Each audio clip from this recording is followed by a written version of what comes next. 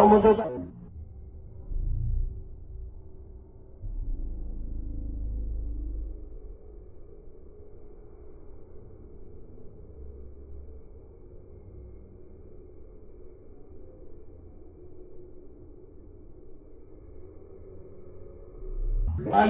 আগে ভারত 15 বছর আগে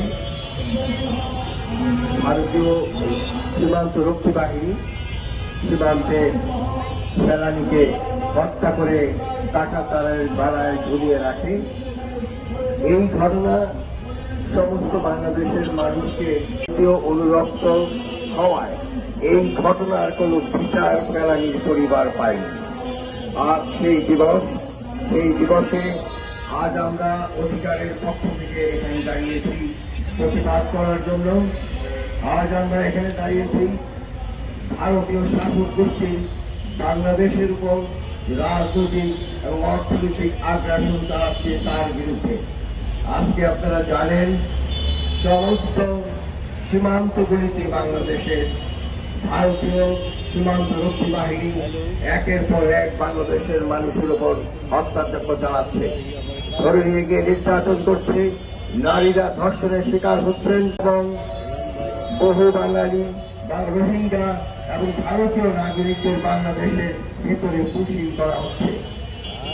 আজকে বাংলাদেশের অন্তর্বর্তীকালীন সরকার যেই অবস্থান নিয়েছেন আমরা তাকে ধন্যবাদ জানাই, যে শক্ত অবস্থানের কারণে ভারতের এই সাম্রাজ্যবাদী হস্তক্ষেপ বাংলাদেশের উপর তার বিরুদ্ধে শুধু সরকার নয় বাংলাদেশের জনগণ এটার বিরুদ্ধে রুখে দাঁড়াবে।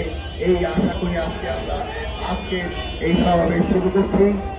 আজকে আমাদের এই সমাবেশে প্রথমে আমি বক্তব্য রাখার জন্য আহ্বান জানাচ্ছি অধিকারের পরিচালক জনাব তাসকিন ফাহমিনাকে।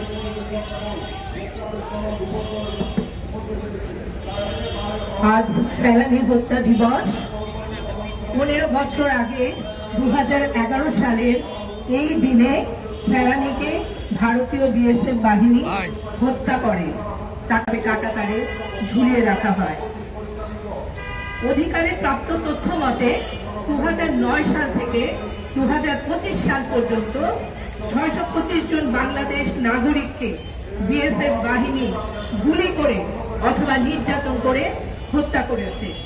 এর মধ্যে ফেলানি সহ 25 জন শিশু কিশোর রয়েছে। আর এখানে বিএসএফ এর গুলির শিকার জয়ন্তের বাবা আজকে আমাদের এখানে উপস্থিত রয়েছেন, তিনি কিছুক্ষণ পরে কথা বলবেন। এবং 2009 সাল থেকে 2025 সাল পর্যন্ত 808 জন বাংলাদেশিকে বিএসএফ গুলি করে অথবা নির্যাতন করে আহত করেছে। এখানে গুমের শিকার এবং ভারতে নিয়ে যাওয়া এবং ভারত থেকে ফেরত আসা ভিকটিম রহমতুল্লাহ উপস্থিত আছেন, তিনি একটু পরে তার কথা বলবেন। হাসিনার আমলে যে 2024 সালে গণঅভ্যুত্থান হয়েছিল সেই সময় প্রচুর মানুষকে হত্যা করা হয়েছে, প্রায় 1400 মতো মুক্তিকামী ছাত্র জনতাকে হত্যা করা হয়েছে। হাসিনা সেই সময় পালিয়ে ভারতে চলে যান এবং সেই সাথে তার সাঙ্গপাঙ্গরা ভারতে চলে যায়। সেখান থেকে ভারত সরকার হাসিনাকে আজ অবধি তার বিচার হওয়ার পরও ফেরত দেয়নি। উপরন্তু হাসিনা ভারতে বসে বাংলাদেশের মানুষের বিরুদ্ধে উস্কানিমূলক বক্তব্য দিয়ে চলেছে। হাদিকে খুন করা হয়েছে, সে হাদির খুনিরা ভারতে চলে গেছে। ভারত এখন বাংলাদেশি খুনিদের আশ্রয়স্থলে পরিণত হয়েছে। একদিকে ভারতীয় বিএসএফ বাহিনী আমাদের সীমান্তের নিরীহ বাংলাদেশি নাগরিক, বেশিরভাগই যারা খুবই গরিব মানুষ, তাদেরকে হত্যা নির্যাতন করে চলছে। অন্যদিকে বাংলাদেশের প্রভাবশালী খুনিদের ভারত আশ্রয় দিচ্ছে। বাত ব্যথা, প্যারালাইসিস কিংবা আর্থ্রাইটিস, আধুনিক ফিজিওথেরাপি ও পুনর্বাসন চিকিৎসায় নির্ভরযোগ্য নাম ডিপিআরসি। নির্যাতনের একটিরও কোনো বিচার হয়নি।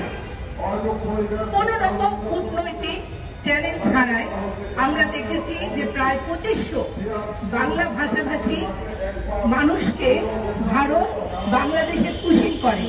এদের অনেকেই ভারতীয় নাগরিক এবং রোহিঙ্গা রয়েছে। যেভাবে তাদের রাতের অন্ধকারে কোনো রকম মানবাধিকারের প্রতি সম্মান না রেখে যেভাবে তাদেরকে বাংলাদেশে পুষিং করে দেওয়া হয়েছে তা একটা ভয়াবহ ব্যাপার। এবং হাসিনার আমলে আমরা দেখেছি 3টা নির্বাচন হয়েছিল, সব কয়টি নির্বাচনই ছিল প্রহসনমূলক এবং সেখানে ভারতের হস্তক্ষেপ কিন্তু লক্ষণীয় ছিল। তাদের উদ্দেশ্য ছিল যে কোনোভাবেই হাসিনাকে ক্ষমতায় রাখা। বাংলাদেশের জনগণের যে ভোটের অধিকার তারা চরমভাবে ব্যর্থ করে দিয়েছিল এবং সেই সময় যারা ভিন্ন মতাবলম্বী ছিলেন তাদেরকে গুম করা হয়েছিল, গুম করে তাদেরকে ভারতেও নিয়ে যাওয়া হয়েছে। কোন রকম মানবাধিকারের মধ্যে পড়ে না, যার ভারত কোনোভাবেই বলতে পারে না যে তাদের কোনো মানবাধিকার প্রতি তাদের কোনো সম্মান রয়েছে। তাই বাংলাদেশের প্রতিটি নাগরিককে সজাগ হতে হবে ভারতের এই আগ্রাসনের বিরুদ্ধে এবং সেই সাথে আন্তর্জাতিক মহলে বাংলাদেশ সরকারকে অবশ্যই ভারতের এই আগ্রাসনের বিরুদ্ধে তাদের জানাতে হবে। এই ঘটনাগুলো অনেকেই জানে না, আন্তর্জাতিক পরিমণ্ডলে অনেকেই জানে না। বাংলাদেশ সরকারকে তার কূটনৈতিক চ্যানেলে এই বিচারগুলো চাইতে হবে। ফেলানি সহ এই যে যতগুলো মানুষকে খুন করা হয়েছে, নির্যাতন করা হয়েছে, পুশিং করা হয়েছে, প্রত্যেকের জন্য বিচার চাইতে হবে বাংলাদেশ সরকার।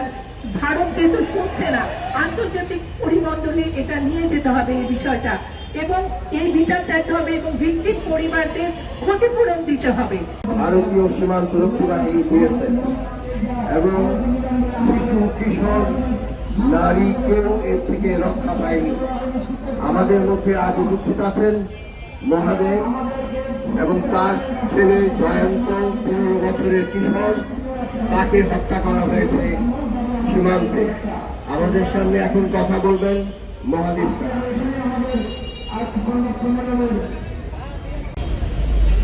আমার ছেলেটা মানে ওনার নানা নানি ভারতে আছে তো, দীর্ঘদিন ধরে আছে তো আমার ছেলেটা কি মনে